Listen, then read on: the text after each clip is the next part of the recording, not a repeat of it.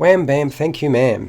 Back to doing some Dungeons and Dragons videos, live streams, talking about another topic. This is actually a topic that I haven't seen discussed that much, which I was really pleased to see. That's always a good sign if I'm doing a video on a topic that nobody else has sort of done very much on. Excellent. So if you need ideas for your Dungeons and Dragons adventure and you're wanting something that's around artifacts, whether it be the creation or the destruction, this video is more about how to destroy an artifact. I'm just making sure all my sound is working fine. Seems like it is. Let's get rid of that. The earphones are no longer required. The sound is coming through fine. You'll let me know if there's any issues with the video or the sound anyway. Okay, so what I'm going to do is I will put the start time for this video down in the description if you want to go and watch it later, but they do go unlisted, so the only way to access them unless you're already part of the live stream is you'll have to make sure you have subscribed to my channel, hit the bell button, and make sure you have notifications turned on so you can access the live stream later on if you want to. Now, if you're not worried about the live stream and me putting the start time in, and you're here anyway, it doesn't matter. All of these videos these live streams get edited down into an edited version, but it will not include all of the Q&A or questions and answers at the end of my video. Now, if you haven't been part of my live streams before, normally what I do is I present everything first and then I open up for questions and answers, which is exactly the same format I will be using for today. I don't tend to change my format. It seems to be working well and I think I'll stick with it. Okay, let's get my throat cleared up a little bit. And now this is supposed to really be a video to give Dungeon Masters a whole bunch of ideas. So I have spent quite a bit of time collecting as many different ideas from different sources as I possibly could. Okay, let's transition over and we'll go from there. Hi, welcome to HowtoDandD. My name is Fred Wheeler and today I want to talk about Dungeons and Dragons. And yes, the topic for today is how do we destroy artifacts in Dungeons and Dragons 5e? Well, that is the topic. I'm going to give you a whole bunch of possible options that you as a Dungeon Master can use, or if you are a player, you can try them out yourself and see if it will work. You never know. Some ideas you can drop to your Dungeon Master, or just some things you can try it yourself as you try to figure out how to dispose of that rather dangerous, evil, or dark artifact that's causing you so many problems. Now, magical artifacts are quite special. They're usually much more powerful than normal magic items, and as a result, they're very difficult to destroy. There's usually a particular way that you have to go about destroying them because they're impervious to damage or decay. They don't get destroyed by normal means. They have to be destroyed in a particular way, otherwise they continue on indefinitely. All artifacts have a weakness, and this is really done deliberately. In terms of Dungeons and Dragons, we don't want all artifacts to be indestructible and never be able to be destroyed because it eliminates the possibility of creating a story. And what we want to do is have a way of uncreating them, destroying them, and this will help feed our story. You can base your adventure, your Dungeons and Dragons adventure, around the destruction of an artifact. It might be your whole campaign is focusing on that. It might be just a side quest. These are all possibilities within the realm of Dungeons and Dragons. Now, the Dungeon Master Guide on page 221 gives a few suggestions, and they're quite good. I think they're actually excellent. They would make great Dungeons and Dragons adventure quests if you really wanted them to be included. So here's a few ideas from the Dungeon Master's Guide, plus a bunch more that I spent a bit of time researching and coming up with that I think you might find useful and interesting in your game. So first off, artifacts have weaknesses. What sort of weakness do we want to look for? We want to look for a weakness that is difficult to pinpoint, something that can't be achieved very, very quickly. And the first one might in fact be, it's a no-brainer, we've all watched Lord of the Rings. Go take that artifact and melt it down in a volcano forge, or just throw it into Mount Doom, just like Frodo did when he took the Ring of Power into Mount Doom and tossed it in. Of course, Golem had a part to play in all of that as well. So one way you can dispose of your artifact. If you're a little bit more sort of Greek inclined, or you prefer things to get a bit more Nine Hells like, you might decide that the artifact has to be dropped into the River Styx. Now, that might be the Nine Hells that is stipulated in the Dungeons and Dragons canon, or it might be the River Styx in terms of Greek mythology, rather than going into the underworld and then having to toss it into there, and that's how it's undone in some way. Or if you're really crazy, you could try and wake up a Tarrasque and then have it swallow the artifact, and its digestive juices will eat away at this thing, eventually destroying it completely. Here's the problem. You've got to wake up a Tarrasque. You may well have to fight the Tarrasque. You might have to deal with the collateral damage that is caused as it ravages the world. And then, of course, you've still got to get this thing inside the Tarrasque. Now, it doesn't have to be a Tarrasque. It could be any other monstrous or epic creature. Lots of different possibilities. A Kraken? Why not a Kraken? It could be a Kraken. What about bathing this thing in the blood of a god or angel? Sounds really gruesome, because first off, when you start talking about bathing an artifact in blood, does that mean you have to kill the god or make the god bleed? So that means you need to have something that will pierce their skin or her skin or his skin. If it's an angel, might be the same sort of issue. They might willingly be able to offer the blood to you, but you've still got to find that god and have a conversation with them. So we're talking about quite high level play here, right? It's going to be relatively difficult. What about it has to be struck or shattered by a special weapon or hammer? Now, I couldn't really think of anything that sort of struck me as a piece of fiction that I could use and demonstrate that idea. So I went Fix-It Felix. Now, I know his hammer repairs things, but maybe there's somebody who has a hammer, hits things, and it destroys that item completely.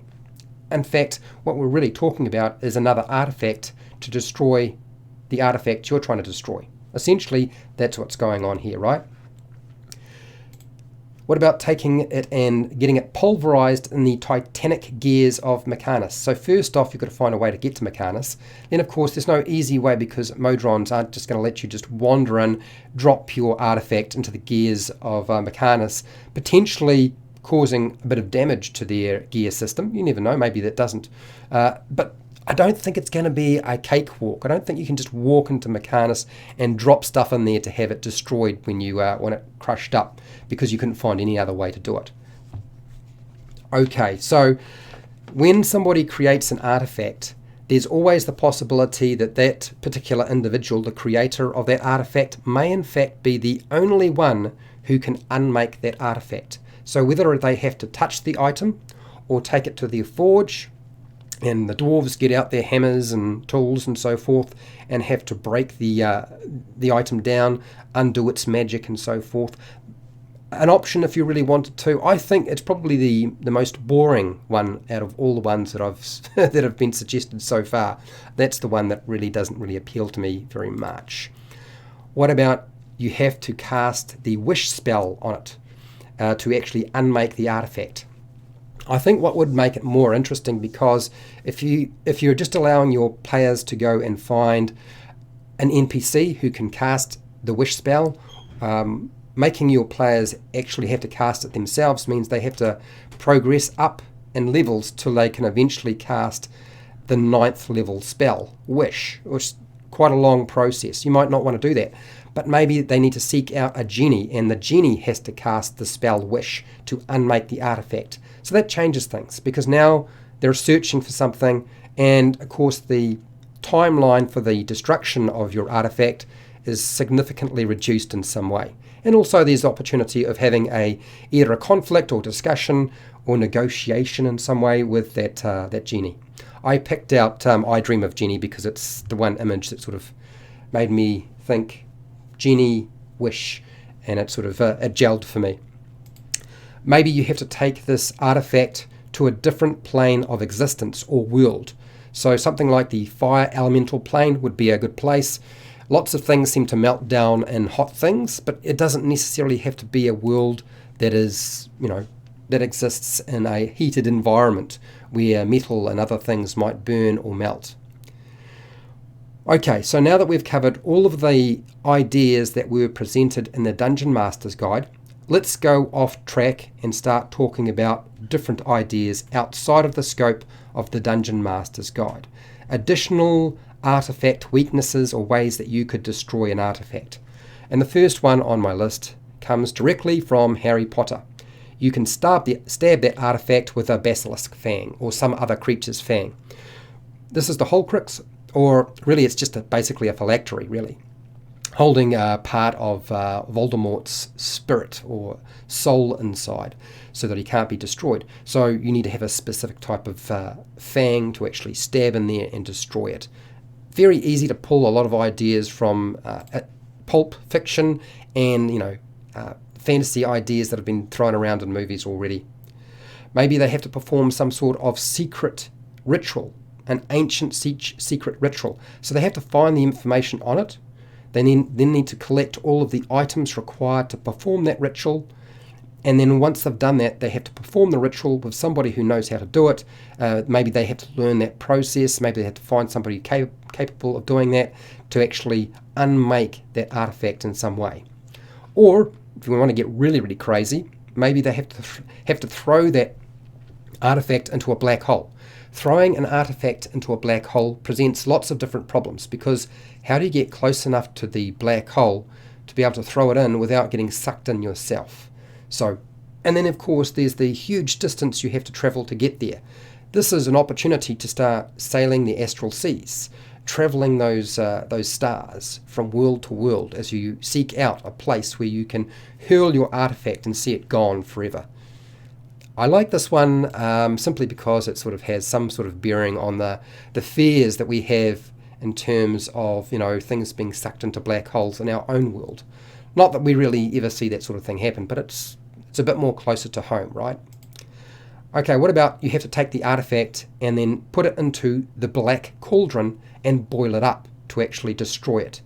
Now, you're essentially using what is an artifact in itself. The black cauldron is an artifact in itself. So not only do you have to find somebody who knows where it is, then you have to actually search out that location and bring it into this world. If it's trapped below the ground, or it's sitting in a dungeon, or it's sitting in a place where it's guarded by monstrosities or some other deadly traps or whatever. And there's lots of different ways you can go about this. Maybe you have to negotiate with a bunch of witches. I've taken this idea directly from the Black Cauldron animated movie. For those of you who aren't aware, it does exist. It's all right in terms of a movie. What about once the magic item or artifact has achieved its designed purpose? That is what will actually make it undone. It has to actually complete its designed purpose, and then it's no longer magical anymore, and it's no longer really an artifact of significant power. Now, I'm not suggesting that a magical lamp is like that, but it does sort of bring up the idea that there are certain types of artifacts that once they've completed their task, they no longer exist. They are unmade because they have completed their purpose. And there's a bunch of them, I believe, in the Dungeon Master Guide, at least one or two that I remember spotting. What about willing to sacrifice their life? If somebody sacrifices their life, this is what will unmake that artifact. And Narnia and the Aslan being sacrificed on the table, the stone table, is what actually unmakes the stone table. This is what cracks it. It is essentially an artifact in some way. And the only way to destroy it really was, and it's stipulated, it's written on the table itself, the instructions on how to do this, that somebody who willingly sacrifices their life on there will destroy the artifact. So another idea if you're interested in trying that out. Okay, so this is where things get really, really tricky, and that is when you start dealing with gods. But we've got to deal with gods at some point, so particularly at higher level play. So having a high level cleric sprinkle holy water on it, but what about if you have to go and have a conversation with a god to actually unmake this particular artifact. Nobody else can do that. It might be a particular god, it might be any god, it might be an angel of some kind, it might be somebody with significant power. It might even be a priest of high level, something like that. And they have to actually be the one who unmakes that artifact. What about if we want to use up all of its power? Is there a way to use up all of the power, overtax the artifact, use up all of its abilities, consume its magic completely, maybe in one single use, or maybe it's possible to do it with multiple uses of the artifact so that it loses its efficiency and effectiveness. Let's start dropping stuff in places, shall we? We can drop the artifact into the Well of Time. What about the Abyss? Or the Spring of Eternity. There's a Spring of Eternity, and you drop it into the spring and the waters flow over it, and that is what actually destroys the artifact in some way. The Well of Time, throwing it into the Well of Time will cause it to decay where it wasn't able to rust or decay before, and it decays in the Well of Time. A place where time might be travelling very, very fast or very, very slow, or might be stopped. There's all sorts of things possible. Okay, let's start burying our artifact, shall we? Let's bury it somewhere. Do you have to take the artifact to a specific location, like the Earth Wound, or the Living Stone, or the Tree of the Universe, or the Tree of the World? Maybe burying it under the Mountain of Thunder. All these are options, a place that it has to be buried and left, and over time it will break down, or it will lose its magical properties in some way. Okay, let's go and have a chat with one of the demons. Maybe the only thing that will destroy your artifact is dissolving it in Jubilex's putrid acidic flesh. Now you have to have a discussion with Jubilex to see if Jubilex will actually do this for you. It might well be that Jubilex is not even remotely interested, and the only way to deal with this is to actually take a piece of Jubilex's flesh after you've had a rather difficult battle or a rather complicated or aggressive negotiation with Jubilex, to actually put this piece of flesh onto the actual artifact and have it slowly but surely dissolve, destroying the artifact for all time. Now, in some cases, when it comes to artifacts, destroying the artifact might not be permanent. Some artifacts may only be able to be turned off for a short period of time. I don't want to go into that in a lot of detail. I'm just putting it out there as an idea if you don't want an artifact that can be completely destroyed. But I feel like there is an unlimited number of artifacts that a dungeon master can make. So there's no need to worry about having an artifact that can never be completely destroyed. Make the artifact, allow them to find a way to destroy it, save the world or the universe or the whatever it is, and then move on and create something new. Now, I hope you found this useful and interesting and provided you with a whole bunch of different ideas. I have hundreds of videos for players and dungeon masters, which you're welcome to go and check out. If you want to support the channel so I keep doing more videos like this, I have a Patreon page where the live streams are listed. You'll find all of my live streams go unlisted, so they'll be there if you want to be a patron and access them. You get exclusive content, and you get priority on the video content that I make on my channel. I also have an affiliate link to the book depository and Amazon where you can buy stuff online and I get a small commission. I have a merchandise shelf as well if you want some merch. Make sure to share, like and subscribe. Hit the bell button to be notified when I go live and when I publish new videos, and I do that quite a lot. And hey, till next time, keep rolling those 20s.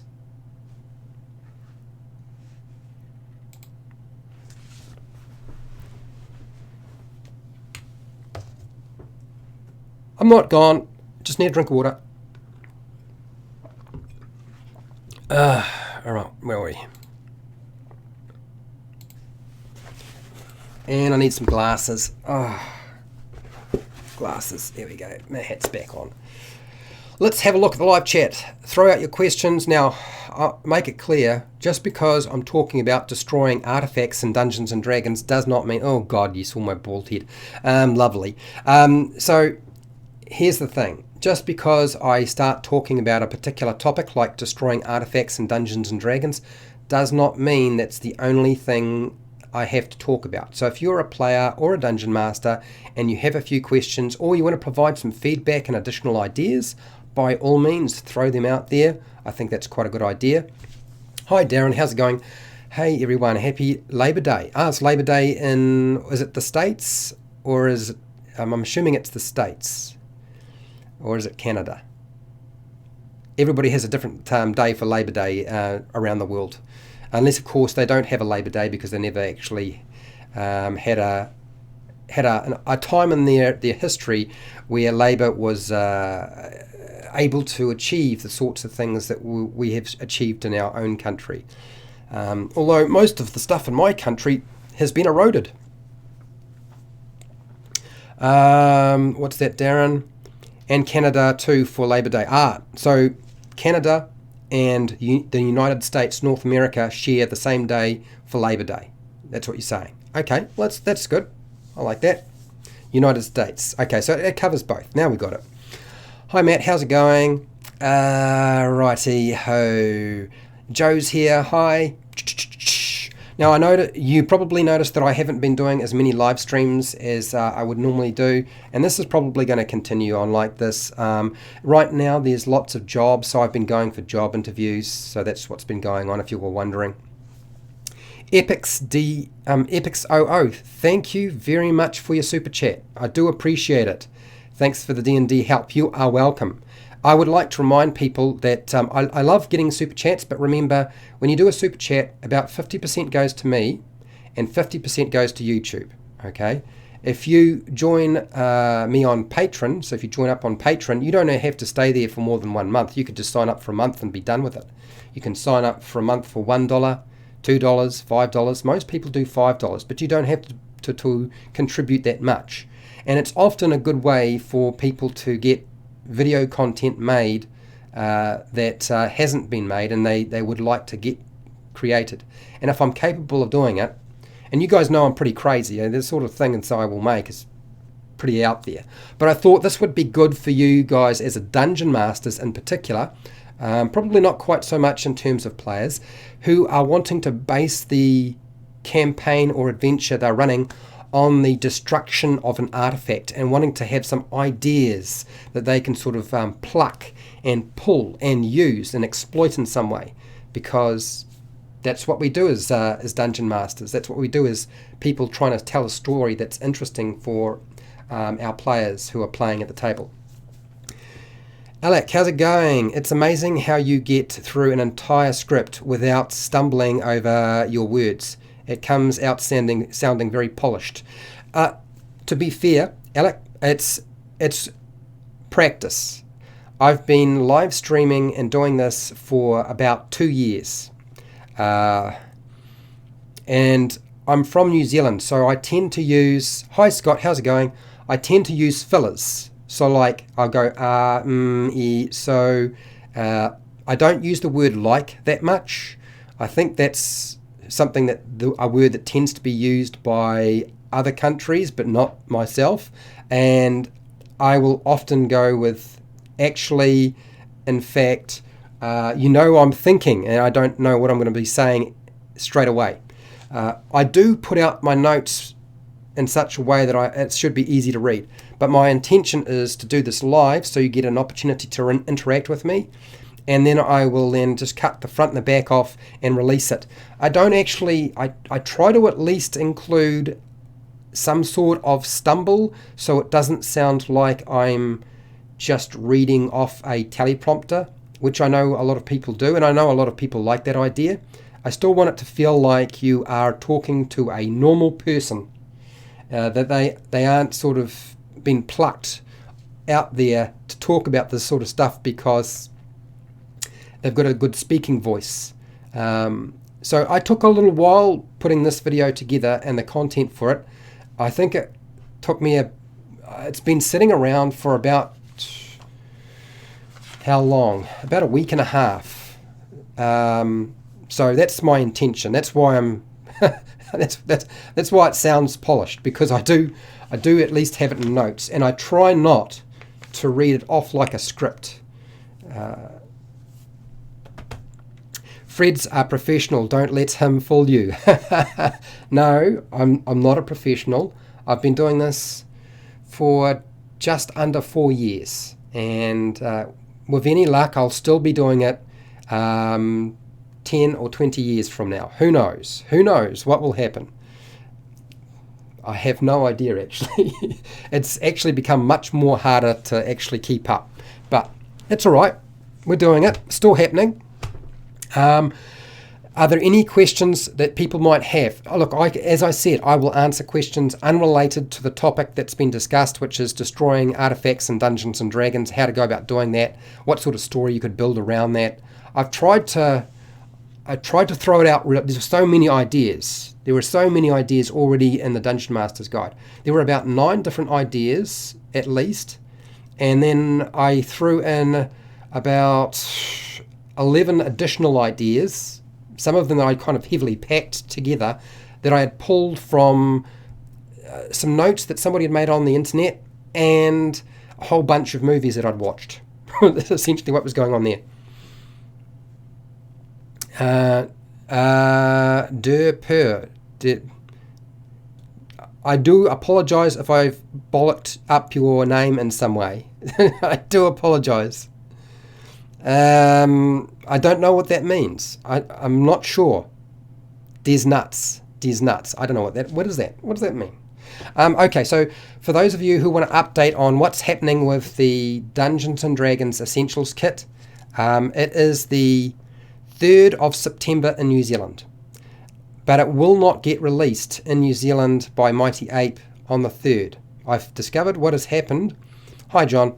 Is that they've estimated the date now. They've put up and said the 18th maybe of this month it'll be released by Mighty Ape, which would have meant I had it planned to be able to get hold of the box set in New Zealand much faster. Amazon will release it as of, like, I think it's tomorrow, because Amazon works on North American time rather than New Zealand time. We're in the future and everybody else is in the past. I guess that's the best way to... Oh, big nuts. Yeah, I am. I'm either big nuts or no, I won't say that. That's getting a bit out there. We'll leave that alone. So that's what's happening. Happening with the Dungeons and Dragons Essentials kit. So what it means is I will have to purchase it from the Book Depository or Amazon, and the postal service and the process. Yeah, no, I've been holding off on the pre-order because I know they don't dispatch until a couple of days before the pre-order date. So it's going to take about 3 or 4 weeks from tomorrow before I see it once I order it. And it will probably be the only thing I can order anytime soon. I have had lots of interviews. I've already gone for 1 this week. I've got 2 more this week. So if I start getting an income, it opens up a lot more options. I will probably go with Amazon because the Book Depository, for some strange reason, hasn't dropped their price. They usually do, but they aren't dropping it this time round. I'm not entirely sure why that is, but that is what it is. So you're probably going to have to hold out for at least another month before you'll see a video on the D&D Essentials kit. For those of you, hang on, I'll just quickly jump through the chat here while we're still here.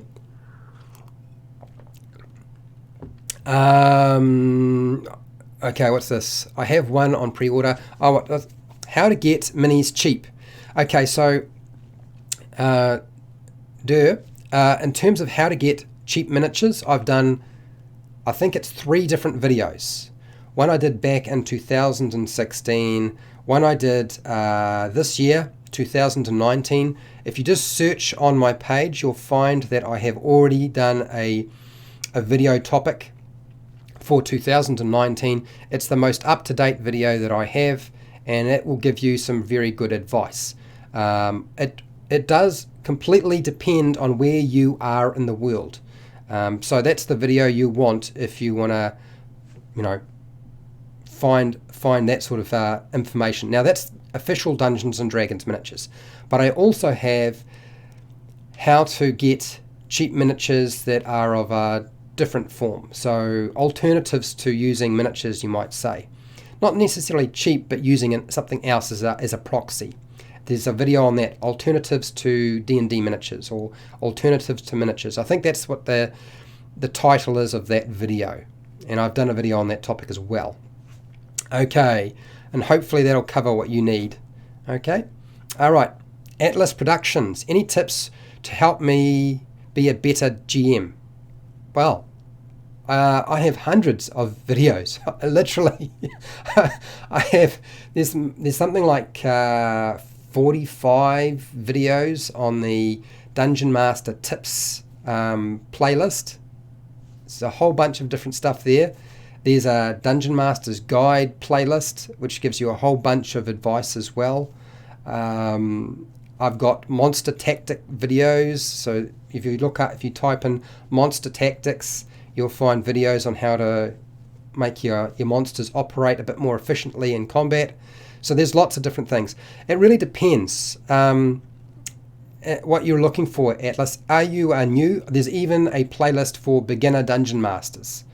I think it's literally called Beginner Dungeon Masters, and there's about 6 videos that are just keyed in for somebody starting out, so it's a bit more streamlined. And that's my advice. My advice to you when it comes to dungeon mastering is try to relax. It's one of those things that as you get more experienced, it's easier and easier to do, but it's much harder when you're starting out. But I don't know where you're at, so.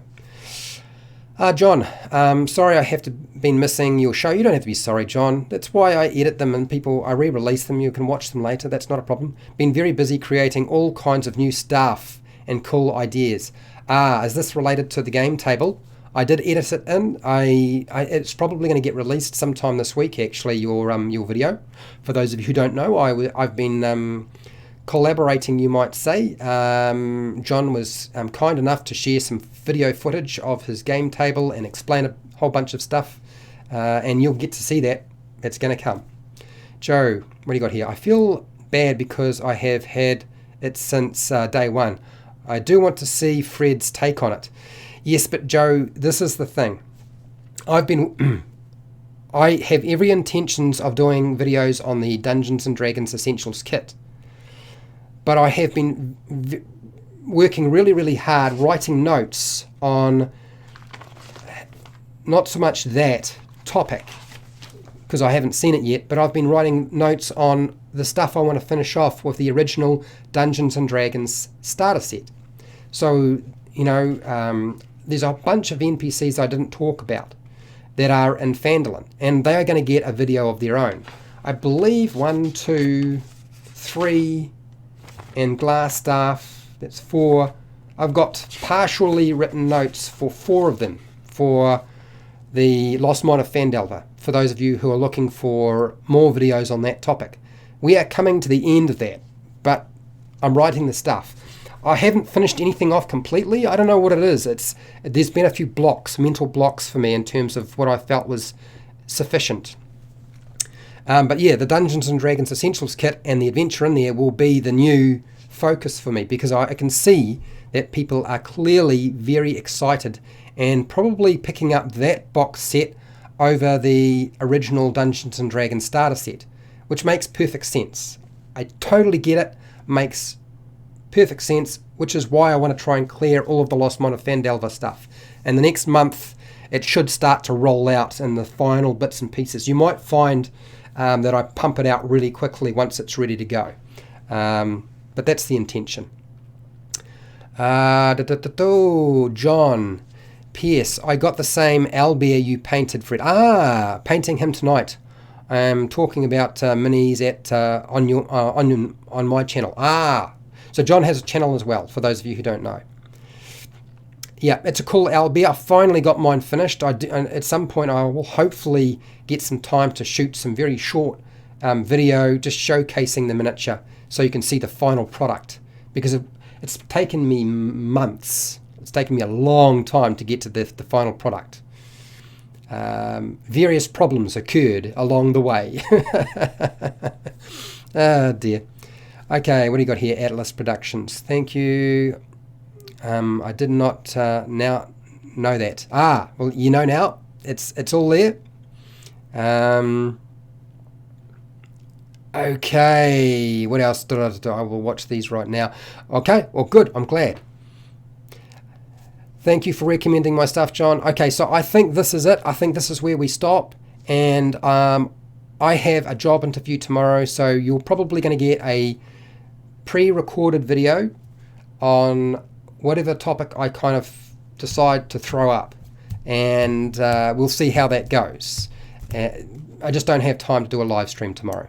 That's my intention. So you know what's going on with me, and I will sign out and say goodbye, and you guys can get on with your life and do some other things, because that's what we do, don't we? We do other things. So wherever you are in the world, whether it be night, morning, afternoon, look after your family and your friends. Make sure to look after yourself. And thank you to everybody who showed up and my patrons. And hey, till next time, keep rolling those 20s.